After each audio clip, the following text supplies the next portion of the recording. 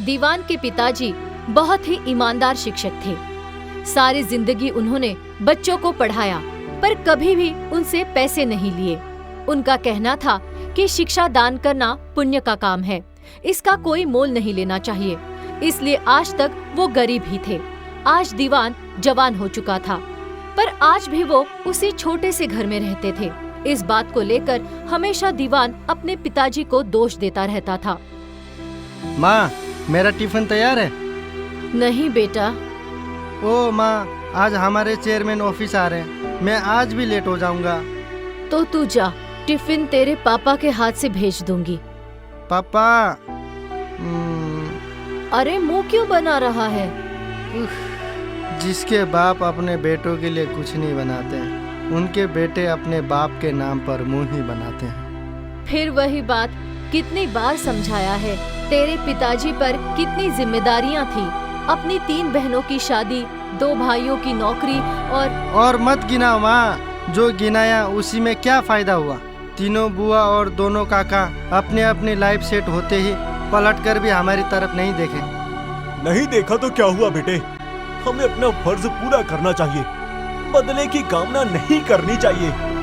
यही तो आपकी गलती है पिताजी।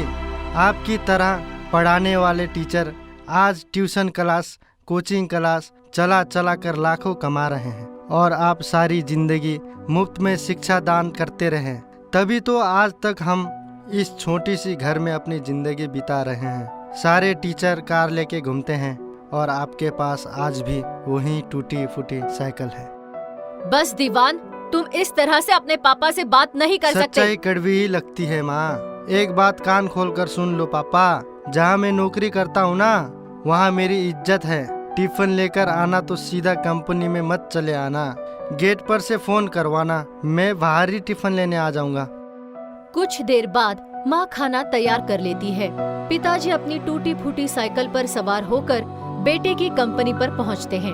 इतनी दूर साइकिल चलाते चलाते उनका दम फूल जाता है। गेट पर खड़ा सिक्योरिटी गार्ड उन्हें गेट पर ही रोक लेता है। अरे बुढ़ाओ, किधर किधर? दीवान साहब को टिफिन देना है। चेयरमैन साहब आए हुए हैं, उनकी मीटिंग चल रही है, कभी भी वो बाहर आ सकते हैं। बाजू में खड़े हो जाओ। चेयरमैन साहब को ऐसे फटे हाल दिखना नहीं चाहिए। अरे भाई, मैं क्यों दिखना चाहूँगा, मैं तो टिफिन। बोला ना, बाजू में खड़े रहे, हटो यहाँ से। यहाँ चेयरमैन के कैबिन में चेयरमैन अपने मैनेजर, 1-2 स्टाफ और दीवान के साथ मीटिंग कर रहे हैं। देखो, हमारी कंपनी को आप लोगों को किसी भी हालत में आगे लाना है। मुझे कोई भी बहाना सुनने की आदत नहीं है। और हाँ, हमारी ऑफिस में और ऑफिस के बाहर ही नहीं, कंपनी के आसपास भी सब कुछ चकाचक होना चाहिए। मुझे फटेहाल लोग, लाचारी, मजबूरी दिखाने वाले लोग पसंद नहीं। समझ गए सब? मिस्टर दीवान, आपका ध्यान कहाँ है? जी यहाँ है, समझ गया मैं। क्या समझ गए? जरा दोहराओ। यही कि आपको कोई भी बहाने सुनने की आदत नहीं है, और हमारी ऑफिस में और ऑफिस के बाहर ही नहीं, कंपनी के आसपास भी सब कुछ चकाचक होना चाहिए। और आपको फटेहाल लोग, लाचारी, मजबूरी दिखाने वाले लोग पसंद नहीं है। करेक्ट। अब चलिए, मैं आप सभी के साथ एक विदेश से आए डेलीगेशन से मिलना चाहता हूँ। ओके, और चलो। चेयरमैन साहब उन सभी के साथ बाहर की ओर चल देते हैं। यहाँ बाहर इतनी देर से बैठे बैठे दीवान के मजबूर पिताजी थक जाते हैं।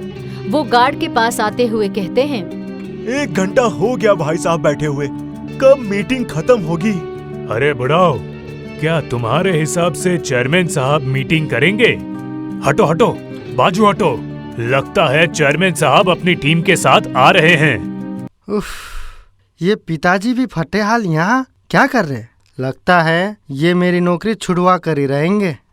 हाँ तो मैनेजर साहब और मिस्टर दीवान, मैं ये कह रहा था कि हमारी कंपनी एक बाहर, यहाँ वहाँ और वहाँ चकाचक। अरे ये कौन है? कोई नहीं सर, कंपनी के बाहर तो लोग आते जाते रहते हैं। सिक्योरिटी, कौन है ये? ये दीवान साहब को टिफिन देने आए हैं, यहाँ भेजिए उन्हें। उफ, अब वही होगा जो नहीं होना चाहिए था। मैंने मना किया था सर, पर ये टिफिन लेकर आ गए। वो साहेब, माफ करना, मैं अपने बेटे। आप तो मनोहर सर है ना, श्रॉफ हाई स्कूल के टीचर? जी हाँ, मेरे बेटे ने बताया होगा आपको। आपने मुझे पहचाना नहीं? मैं आपका स्टूडेंट गिरीश पटेल। हाँ हाँ, याद आया। बाप रे, कितने बड़े आदमी बन गए हो तुम। सर, पर आप यहाँ धूप में क्या कर रहे हैं? गार्ड्स, तुमने इन्हें अंदर क्यों नहीं बैठाया? मैनेजर, इसका डिसमिस लेटर तैयार करो। मैंने इन्हें बहुत कहा साहब, पर ये अंदर ही नहीं आए। अरे कहिए ना सर आप चेयरमैन साहब को। हाँ हाँ अमरीश, इसने मुझे कहा, पर मैंने कहा आपकी मीटिंग में डिस्टर्ब होगा, इसलिए मैं अंदर नहीं आया। तो चलिए, अब चलिए अंदर। पर सर, आपकी विदेशी डेलीगेशंस के साथ मीटिंग तो रोज होती है, पर भगवान तो बड़ी मुश्किल से मिलते हैं। मीटिंग कैंसिल कर दो। सर को पैसे का बहुत लालच दिया, फिर भी इन्हें ना मानते देख माँ ने इनके सामने हाथ जोड़ दिए। तब किसी तरह ये मुझे पढ़ाने को राजी हुए। जैसा कि मेरी आदत थी, मैं जानता था पापा के रुतबे के आगे कोई भी टीचर मुझे मारने की हिम्मत नहीं करता है। इसलिए इनके आते ही मैंने इन्हें खूब परेशान किया। इन्होंने 1-2 दिन सहन किया, फिर मेरी ऐसी पिटाई की कि उस पिटाई ने मेरी जिंदगी बदल दी। अचानक मुझे पढ़ाई में इंटरेस्ट आने लगा। उसके बाद मैंने 10वीं क्लास में ही नहीं, आगे के सारे कॉलेज में, यहाँ तक कि फॉरेन जाकर भी मैंने टॉप किया। अगर ये ना होते तो शायद अनपढ़ रहकर आज मैं अपने पापा का बिजनेस डुबा चुका होता। तब तो आपने सच कहा सर। विदेशी मीटिंग तो रोज मिलती है, पर ऐसे भगवान के दर्शन रोज नहीं होते। वही तो, मुझे लगातार टॉप करते देख पापा ने खुश होकर इन्हें 10 लाख का चेक और मिठाई का डब्बा देना चाहा। इन्होंने मिठाई तो ले ली, पर 10 लाख का चेक नहीं लिया। हाँ, क्योंकि आपने बताया ये ज्ञान को दान करते हैं और ज्ञान की कोई कीमत नहीं होती। करेक्ट। सर ये बताइए, अभी भी आप उसी घर में हैं या कोई बड़ा सा घर लिया? उसी घर में है। और इसीलिए इनकी शादी नहीं हो रही सर। इनके ससुर का कहना है, बड़ा घर लोगे तभी अपनी बेटी दूंगा। तुमने आज तक बताया नहीं दीवान? जी सर, मैं कंपनी का छोटा मुलाजिम हूँ। तुम छोटे मुलाजिम हो, पर तुम्हारे पापा तो इस कंपनी के मालिक हैं।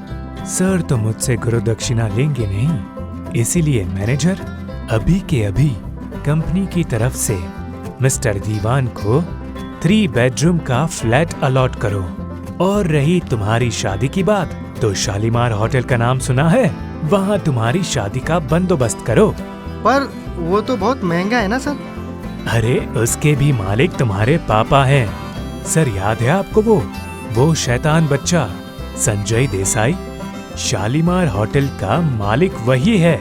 वो ना सिर्फ अपना होटल देगा, बल्कि शादी का भी पूरा खर्चा करेगा। आपको सिर्फ बारात लेकर आना है, हम लड़की पक्ष को वहीं रखेंगे। चेयरमैन की बात सुनकर दीवान पगला जाता है। वो रोता हुआ अपने पिताजी के गले लग जाता है। माफ करना पिताजी, मैंने आज तक आपके ज्ञान के दान को समझा ही नहीं। आज मुझे आपसे ये सीख मिल गई है, इंसान का किया नेक काम बरसों बाद भी उसे सिर्फ फायदा ही देता है।